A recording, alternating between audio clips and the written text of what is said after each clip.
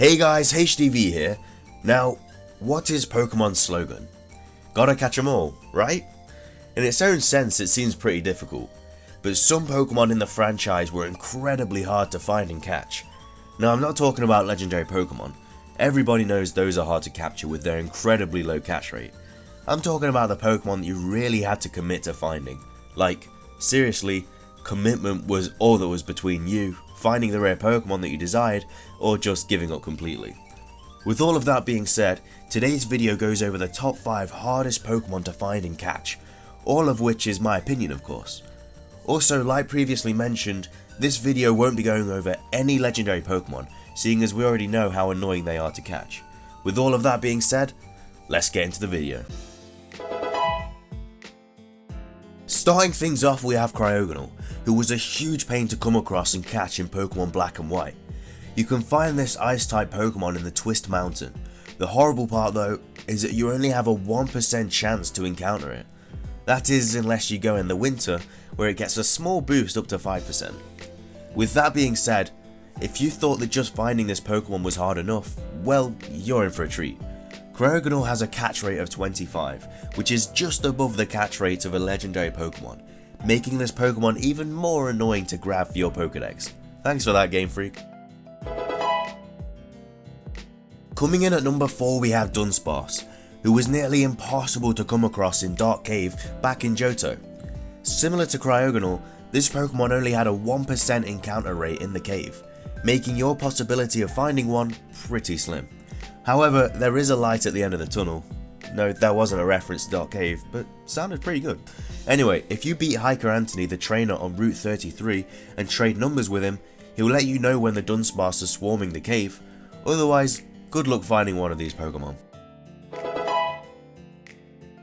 At the halfway point, we have the incredibly annoying Safari Zone lurker in Pokemon Red and Blue, Taurus. Yes, Chansey is also super annoying to find and catch in Red and Blue, but it's available in Cerulean Cave as well as the Safari Zone, whereas Taurus is just in the Safari Zone, so Taurus makes the list instead. Anyway, Taurus has a under 5% encounter chance in Pokemon Red and Blue in the whole of the Safari Zone, and the best thing about the Safari Zone is, yep, you guessed it, they can run away. Another amazing thing about it all though, is that Taurus has a catch rate of only 45, so even if you do run into one, the chances of catching it without it fleeing are very, very low. To this day I have never caught a Taurus in Red and Blue, and it still haunts me. Coming in at number 2, we have Spinder. Now you're probably saying, why is Spinder on the list? I've encountered loads of these back in Hoenn. And yeah, you probably have, but how many of those actually look the same? There's 4,294,967,296 possible unique Spinder patterns for non-shinies. There's also shiny versions of each and every one of those, meaning that there are 8,589,934,592 possible Spinder patterns in total. That's probably more than the total number of Spinders caught since the launch of Auras or the original Ruby and Sapphire games. So yeah, catching 2 identical Spinders, probably never gonna happen for you. Taking the number 1 spot in today's video though is Feebas, back in Pokemon Ruby and Sapphire. Yes, Feebas. Feebas can only be found in one area, which is Route 119, the place where you have to rescue the people from the Weather Institute from Team Magma or Aqua.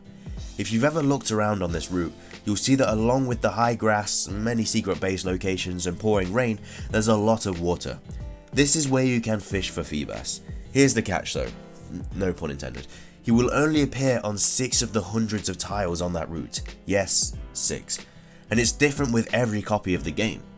If you're ever lucky to actually come across a Feebas and haven't given up like the rest of us, evolving it into a Milotic is of course also incredibly annoying. But with that wraps up this video. I really hope you enjoyed it as much as I did making it.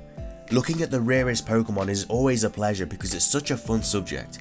If you did enjoy the video though, please leave a like, I'd really appreciate it. If you have any other rare Pokemon that weren't in the video, then please leave it in the comment section below. I'd love to hear what you guys have to say. If you'd like to see more types of these videos, I have a couple top 5s coming onto your screen in a second, so be sure to give them a watch if you have the time. That's everything from me though, so thanks for watching, have a nice day, and I'll see you in the next video.